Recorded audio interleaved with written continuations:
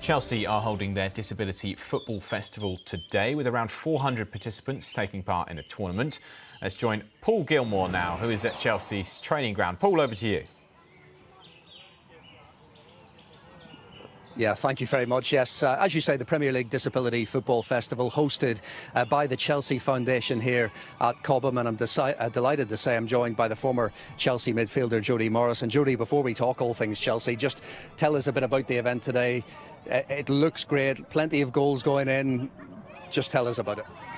Well, I mean, having spent so many years here at the football club, I witnessed some of the great work that the Chelsea Foundation have been doing for so many years, and this is just obviously another event that they're hosting with the Premier League, where they're giving these kids an amazing opportunity to not only come and use the facilities at a great training ground like Chelsea, but to compete and to go up against each other and obviously have an excellent day of tournament football, which, like you said, it seems to be going really well at the moment. I think Chelsea are playing, so we'll keep you up to date with any goal updates as we go through this chat. But let's speak about the first team at the moment, and the men's first team. And Mauricio Pochettino has come in. He's had his first week. He's hosted a barbecue for staff. He's been in front of the media. What have you made of what's been the first impressions of the new head coach? Well, I think first and foremost, you've got a high-level coach that has obviously worked at some great clubs. Developed a lot of players, played a certain style of football that I think a lot of the Chelsea fans will be really happy to watch. And yeah, if you're watching the interviews this week and the words that are coming out from Mauricio, is you'd be highly encouraged. He's talking about winning straight away. I think he's fully focused on obviously where the club are going to be heading as far as recruitment is concerned. I think the club maybe needs to do that, but when you come into a new club and a new environment, the first thing you want to do is get on the grass, and obviously your first week of work is trying to meet other staff members that are maybe around the place, get to know the players from a bit more of a personal level, and I'm sure he will be building upon that like all good coaches do. And of course, so much has been changing at the football club over the last year or so. There seems to be work ongoing to get the squad ready for this season. What have you made of that work, and how far still does it need to go before the team is ready to win? I think from the outside, I mean, you could tell that there is too many players at the football club. There's no point beating around the bush and making out that wasn't the case. You can't operate to the high level of how the club would want to with 30 players. We've obviously seen a lot of outgoings. I think that needed to happen, as well as I'm sure the new manager and the staff that he'll be working in conjunction with upstairs are working on maybe adding to. But I don't think you'll get an idea or maybe a sort of view of how the squad will be taking shape until we get closer to the season. There's still a lot of time before the first game comes around to us all. I'm sure we're all looking forward to, but I think there'll still be a lot more outgoings and maybe a few more incomings.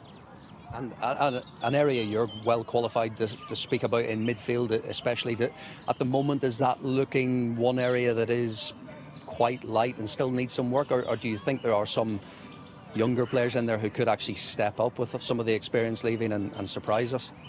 No, I think if you're being honest, you're looking at it and we do look light just purely on the outgoings and the type of players that have left the club. They'll be difficult to replace, but it happens at every football club. It's not just us. Obviously, there's going to be a lot more outgoings than usual, but when you do lose good players, it's important that you try and replace them. Or, like I said, and they might not be light for light. They might not be the exact same player, but any manager or any new coach that's going into a club is going to want to add his own touches and the type of players that he wants to be coming into the building. And I'm sure he's working behind the scenes and has already had his input with everything that's going on upstairs. But yeah, you do look like the midfield maybe need some new additions. Yeah, I think as the work is ongoing, clearly it looks like the club have a plan at the moment and they're in the process of implementing that. But at the same time, do you also look at the likes of Kovacic and Mount going to, I guess, Premier League rivals? Do you worry about that side of it in any way?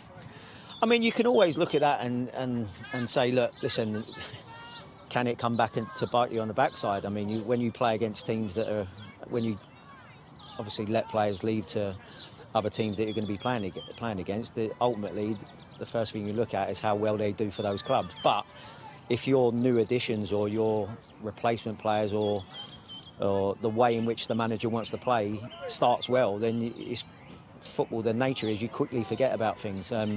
Those players that have moved on will be happy with where they've gone, be happy that it's a new lease of life or a change in their careers, whereas Chelsea have got to look to the future as well, and they got to look to back the manager, and they got to hope to add to the squad that will resemble the type of squad that he wants to build.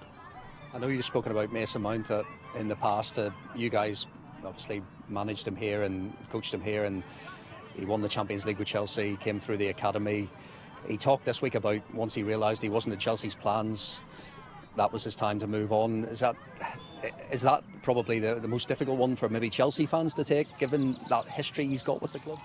Absolutely. Any time a homegrown player leaves, I think there's a little bit more on it. Obviously, you get certain players that reach a certain status at this club that even if they're not homegrown and they're leaving, we've seen it in the week with Aspilicueta, who was a great servant to the football club. But I think, like you said, when Mace, there's a lot that's gone on over the last year, and when Mace knows that he's going to be moving on, then when that happens, he deserves and should be happy. As Chelsea fans, I think it was sad to see someone he's been player of the year 50% of the time that he's been playing in the first team. So for me, it was sad, but at the same time, now it's done. You've got to move on. Mace will be feeling like that.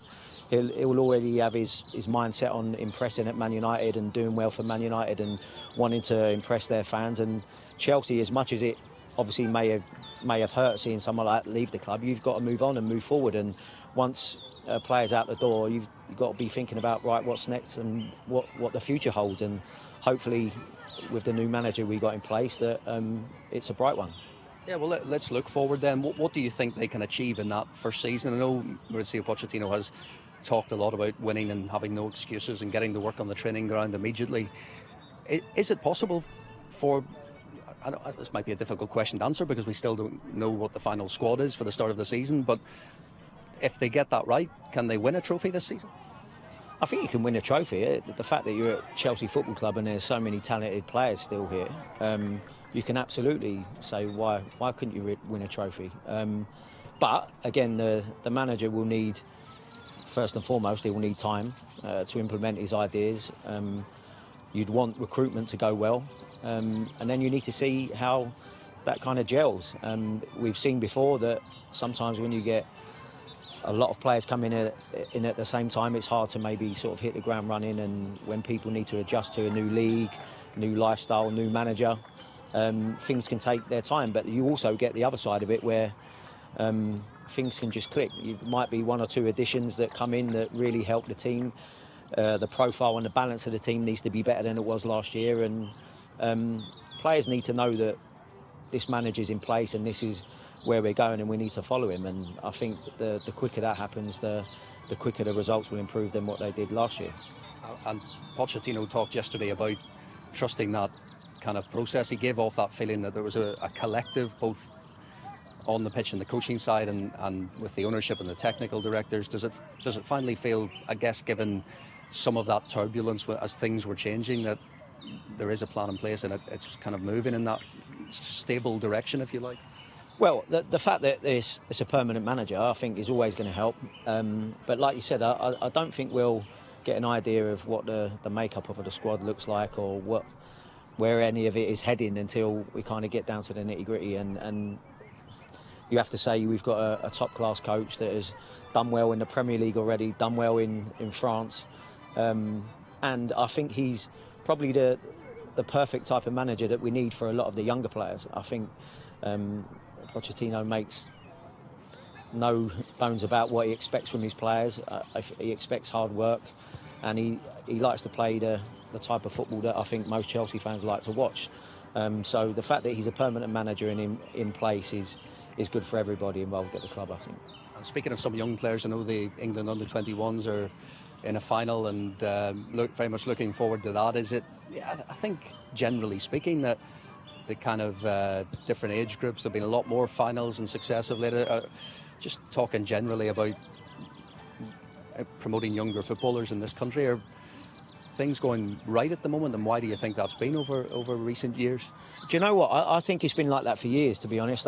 I look back at Dan Ashworth's time at the FA, and I thought he made some outstanding changes to the younger age groups. I think the fact that Gareth has come through those age groups himself and included all those amongst and made the England group as a whole feel a little bit more like a tight-knit community. And when you see the work that Lee Carsley's doing with this under-21s, as I said, I think you look back at your Steve Coopers and people like that have won major tournaments with England, is now going on to do great things at Nottingham Forest. I think Lee Carsley deserves a lot of credit, not just because the fact that they're making a final. I mean, they haven't conceded a goal yet. The type of football that they're playing is great. And the players seem to be enjoying playing. And I think when you get that in the younger age groups from England, from under 16s upwards, that only bodes well for the future and for Gareth, because obviously when you go to the actual England team, we've performed well in tournaments, and I have to say that I believe that a lot of that is down to the fact that we've performed well at youth tournaments previously. And as I said, I think a lot of credit has to go to Dan Ashworth and Gareth Southgate over those